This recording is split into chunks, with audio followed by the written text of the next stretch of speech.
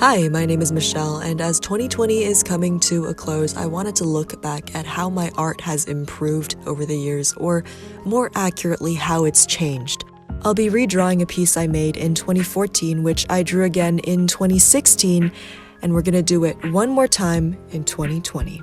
Towards the end, I'll also be going over some unseen childhood art, so stay tuned. By the way, I'll be using this reference of Audrey Hepburn. Let's start. Because I'm drawing a famous person, accuracy is important to me, and I'm being more careful than usual. I'm starting by plotting down the figure's proportions by marking the most important anatomical landmarks. At the same time, this is a pretty expressive portrait. I want to capture her smile and the glint in her eyes, so I'm trying to keep my lines as soft and loose as possible. The quality of your lines, whether they're heavy or light, horizontal or vertical, all matter, and they contribute to expression. I find that drawing slowly will lead to a drawing that feels more still, while drawing with energy produces a sense of movement. Whatever the case, it helps to feel what your subject is feeling. Anyway, here is the finished sketch. I'm now moving on to blocking in the shadow shapes. I like to establish where my shadows are early in the drawing because they help me bring out the three-dimensional form, and I want to make sure the shapes look right before making permanent marks. Pretty quickly, I start rendering, focusing mainly on values and how hard or soft edges are. However, as I keep going, I kid you not, I begin to feel this sense of dread growing and growing. The process I've been following is the same that I've used to produce these highly realistic drawings, and this is something I already know I can do given enough time. I'm far more interested in reinterpreting the portrait with my own twist. The more I start to render, the more stiff she becomes, and eventually I decide that the amount of time I need to save her is not worth it. So I restart. And then I fail again, so I restart another time, but this time on Photoshop, and a different medium begs a different approach. By the way, I'm not saying it's impossible to be expressive with pencil. It certainly is, and I do want to get better at it. It's just no longer the medium with which I can best express myself.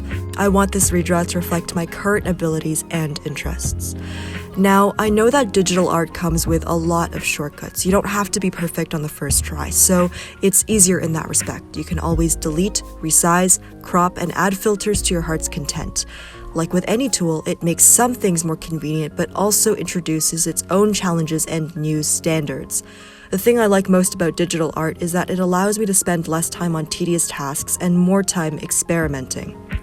On Photoshop, you can use the brush tool to paint. Something I picked up from friends last year was, get this, you can also use the lasso tool to paint. I don't mean use it to fill up areas with ease, but you should also do that. I mean it produces really crisp edges really fast.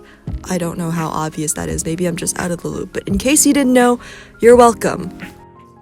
Again, I'm starting with the dark areas. Whenever I try to simplify complex subject matter, and mind you, this is just one way, I go for the dark areas first because they do a lot of work describing the overall form. As long as I have those, I don't need to add much else. As I'm drawing, I wanted to address some comments that came up in previous videos.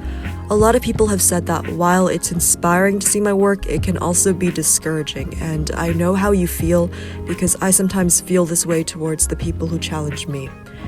At least with my experience, when I'm comparing myself to others, art isn't fun anymore, and I forget why I like drawing. Something I think about that helps me a little is that no matter how much I improve, there will always be people who can draw better than me, and I will always want more. And I don't want to feel like I'll never be good enough for my entire career. So what is most important is that I enjoy what I do, that I enjoy the process.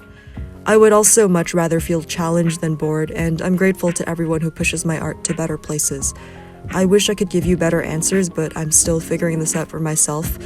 If there's anything you've done that's helped you cope, feel free to share. I would love to hear. I'm not going to bother with each individual strand of hair. I'll draw a few to give an impression, but then I'll make a textured brush do the rest of the work. Her hair in this picture looks a little wind-blown, so I'm going to go with broad, gestural strokes to convey movement. One problem I've struggled with a lot in the past is over-rendering. At times, adding unnecessary detail can make your piece uncomfortable to look at, so the way I avoid that now is by picking focal points and giving those parts the most attention. Things in the periphery can be kept more loose. When you're drawing portraits, the focal point will almost always be the eyes, and in this case, I want her eyes to be the anchor, the thing the viewer can hold onto while everything around her moves. I really want to make sure I get the eyes right, so I tried 3 different takes to see my options. The first one is too washed out. It's expressive, but also difficult to focus on. The second one is too graphical and sharp. It's not at all warm and inviting. And the third one is plain, but it's warm and easy to look at.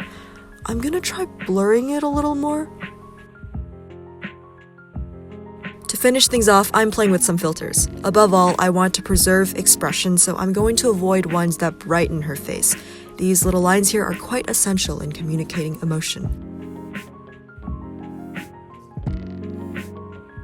When I look at these, what stands out to me is not so much the improvement in technical skill, but that each of these drawings shows how my art philosophy changed over time. Let me explain. In my first drawing, you will see that it is 0% artistic interpretation and 100% accuracy, because my goal then was to replicate the photograph exactly how I saw it.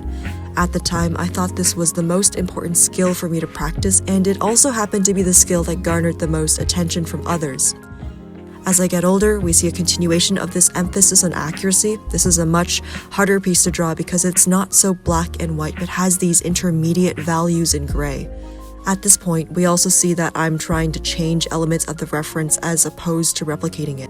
If you look really closely, you can see that I'm getting less shaky with the pencil, and because I'm more familiar with the process, I'm getting faster too. In my last iteration, I gotta say, the accuracy is pretty off. But to be fair, it wasn't something I paid much attention to. If I were to redo this, I would more actively note what features make her face unique and translate that with greater accuracy. Overall, this is a pretty significant departure from my previous 2 drawings. I know a lot more about design now and think about things like contrast, shape language, and composition. I also feel more confident and efficient with my strokes. I'm able to describe more with less by paying attention to the quality of each line and embracing texture. As a result, there is a stronger sense of movement, but to be fair, this photo of Audrey Hepburn is more expressive.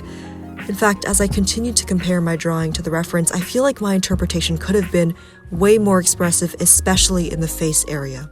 Overall, we see that my interests have shifted over the years, but these 3 drawings hardly show the full picture. Let's take a step back and look at a broader range of my work.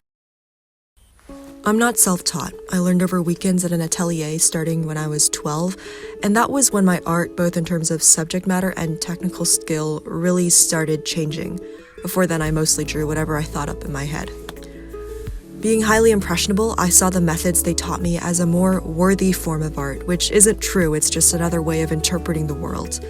There, I learned the fundamentals, but I also stopped doodling and began to develop more perfectionistic tendencies. It was good in that I became more detail-oriented and strived for quality, but bad that I was more afraid of failure. At this time, I was still very committed to going into animation and knew I wasn't going to get anywhere with these master copies, and so I made an effort to be more expressive, to draw from imagination, and to breathe life into my characters. We're going to go through these fast, I'm sorry, I can't look at these for too long. Later in high school, I started getting really busy, stopped drawing frequently, and stopped improving. I felt pretty lost during this period, and a lot of my work from back then still makes me uncomfortable to look at. By the way, what I'm showing you is the better side of things. I can't tell you how many pages in my sketchbook look like this. When I finally started college, I was suddenly exposed to a wide variety of art. That, in addition to my classwork, pushed my work in directions I probably would have never explored on my own. You'll notice that my shape language over time gets more interesting as I begin to experiment with anatomy, and my compositions grow more complex and nuanced. I'm also more adept using the elements of art to convey feeling and create atmosphere. To be honest, I nearly abandoned this video because I didn't like the outcome of my redraw.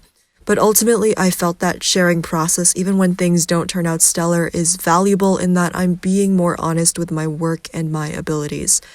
What I see looking back is that progress isn't linear. Sometimes it takes a while. I look at all this and I see someone who's just figuring things out, someone who's developing their voice. When I get frustrated because I'm not satisfied with my improvement, it helps a little to remind myself that this is a journey. I'm sorry for being cheesy, I just can't think of another way to say it. After getting over the initial cringe looking at all this, I am fascinated by how this journey has unfolded so far. It makes me excited about the future. That's a wrap for 2020, folks. I'll see you next year.